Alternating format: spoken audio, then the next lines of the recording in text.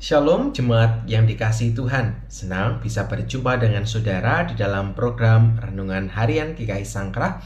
Tepat pada hari ini, hari Jumat tanggal 20 Februari 2026.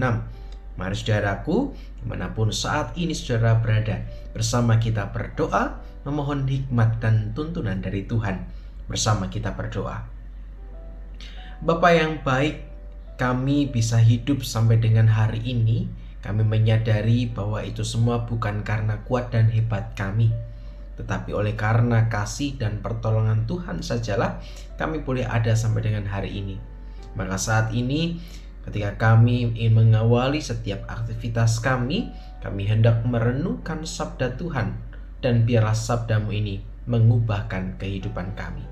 Bersabdalah ya Tuhan di tengah-tengah kami, sebab setiap kami pada saat ini sudah siap untuk mendengarkannya. Di dalam nama-Mu Tuhan kami Yesus Kristus, Tuhan dan Juru Selamat kami yang hidup, kami berdoa dan kami memohon. Amin. Saudaraku yang kasih Tuhan, pada tahun 2014 ada salah satu kisah yang sungguh memilukan. Sebuah berita yang begitu mengiris hati ketika terjadi sebuah kasus pembunuhan yang dilakukan oleh anak-anak muda, ya, dan korbannya bernama Adesara.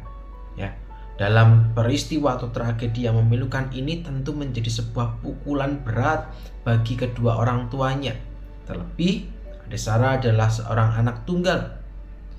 Saudara bisa bayangkan betapa sakitnya, betapa sedihnya, betapa haru birunya ketika kehilangan orang yang dikasihi. Tapi saudara, ada yang menarik di dalam kisah ini. Ketika diperhadapkan dengan pengadilan, di mana untuk memutuskan hukuman yang diberikan oleh sang pembunuh, kedua orang tua dari Adesara memberikan sebuah pernyataan yang sungguh membuat kita bisa belajar tentang arti mengampuni. Dia berkata bahwa dia setelah memberikan pengampunan kepada para pembunuhnya dari anak yang tadi yang dikasihinya, dan itu semua dilakukan karena bentuk iman kepada Tuhan, bahwa Allah mengampuni, sehingga dia kemudian juga mau mengampuni orang yang telah menyakiti dan membuat anaknya kehilangan nyawa. Saudara, kalau kita bayangkan betapa hebatnya kedua orang tua ini. Tapi saudara, kedua orang tua ini mengatakan bahwa itu semua dilakukan, kekuatan itu bisa dimiliki sehingga bisa memberikan pengampunan, itu berasal dari Tuhan. Dan tentu apa yang menjadi kesaksian dari kedua orang tua dari almarhum Adesara ini menjadi satu bentuk pernyataan iman di tengah khalayak umum. Bagaimana iman itu ditunjukkan dan dihidupi secara sungguh-sungguh. Nah, hal yang sama sedang diungkapkan oleh Rasul Paulus kepada jemaat di Roma di tengah segala pergumulan yang dihadapinya. Mari bersama kita membuka di dalam Roma pasalnya yang pertama, ayatnya yang ke-16 sampai dengan ayatnya yang ke-17 yang berbunyi demikian. Sebab aku mempunyai keyakinan yang kokoh dalam Injil, karena Injil adalah kekuatan Allah yang menyelamatkan setiap orang yang percaya. Pertama-tama orang Yahudi, tetapi juga orang Yunani, sebab di dalamnya nyata kebenaran Allah yang bertolak dari iman dan memimpin kepada iman, seperti ada tertulis, orang benar akan hidup oleh iman. Nah, saudaraku yang kasih dalam Tuhan, di dalam bagian ini sangat jelas Paulus sedang mengutarakan kepada jemaat di Roma tentang bagaimana hidup orang benar harus dilandasi dengan iman. Dan dalam bagian ini Paulus memberikan sebuah keterangan bagaimana kekuatan yang didapatkan oleh Paulus dalam setiap pelayanan yang ada.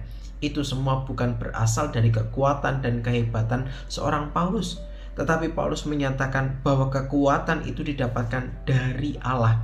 Injil Allah lah yang kemudian menguatkan pergumulan Paulus dalam setiap pelayanannya. Sehingga kita juga tahu Karya kasih Allah itulah yang mengubahkan diri Paulus dalam pelayanannya. Yang semula menghujat, ini kemudian mewartakan dimanapun dan apapun kondisinya. Bagian ini ditegaskan oleh Rasul Paulus karena Rasul Paulus tahu bahwa di tengah pergumulan umat di Roma, mereka menghadapi pergumulan-pergumulan yang tidak mudah. Tetapi dalam pergumulan yang tidak mudah itu, Rasul Paulus mengingatkan kepada jemaat di Roma untuk percaya kepada penyertaan Allah. Kekuatan dari Allah itulah yang akan terus memampukan jemaat di Roma, sehingga mereka boleh melalui segala pergumulan itu dengan baik. Nah, saudaraku yang kasih dalam Tuhan, bagaimana dengan kita?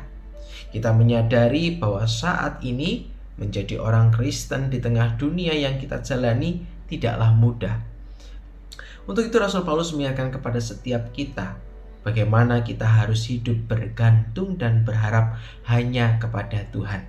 Dan dalam masa raya Prapaskah ini menjadi satu momentum yang tepat bagi kita untuk mengkoreksi sikap batin kita, untuk tidak mengandalkan kekuatan yang kita miliki, tetapi terus berserah kepada Tuhan, membiarkan kuasa dan pertolongan serta kasih Allah hadir memampukan dan menguatkan kita dalam pergumulan kita. Bersediakah saudara untuk menyerahkan kehidupan kita kepada Tuhan dan membiarkan karya kasih Allah terjadi secara nyata dalam hidup kita? Dan biarlah melalui permenungan ini setiap kita boleh semakin dikuatkan dalam menjalani pergumulan hari demi hari. Untuk itu mari bersama kita akan kembali menutup permenungan ini di dalam doa kepada Tuhan. Bersama kita berdoa. Bapa yang baik, kami bersyukur bahwa di tengah badai persoalan hidup, Tuhan Allah tidak pernah meninggalkan kami. Kami terus mau belajar meneladani cinta kasih Tuhan, dan kami mau terus mengandalkan Tuhan di dalam kehidupan kami. Kami tahu di dalam-Mu kami beroleh kekuatan dan kemampuan untuk terus menapaki hari demi hari. Mampukanlah kami ya Tuhan, dan inilah doa kami yang kami naikkan hanya di dalam nama-Mu, Tuhan kami Yesus Kristus, Tuhan dan Juru Selamat kami yang hidup. Kami berdoa dan memohon. Amin. Saudaraku yang dikasihi Tuhan, selamat melanjutkan kehidupan dan selamat menghayati di masa raya Prapaskah ini. Mari bersama menjalani kehidupan yang berserah kepada Tuhan. Tuhan Yesus memberkati dan menyertai kita semua. Sampai jumpa.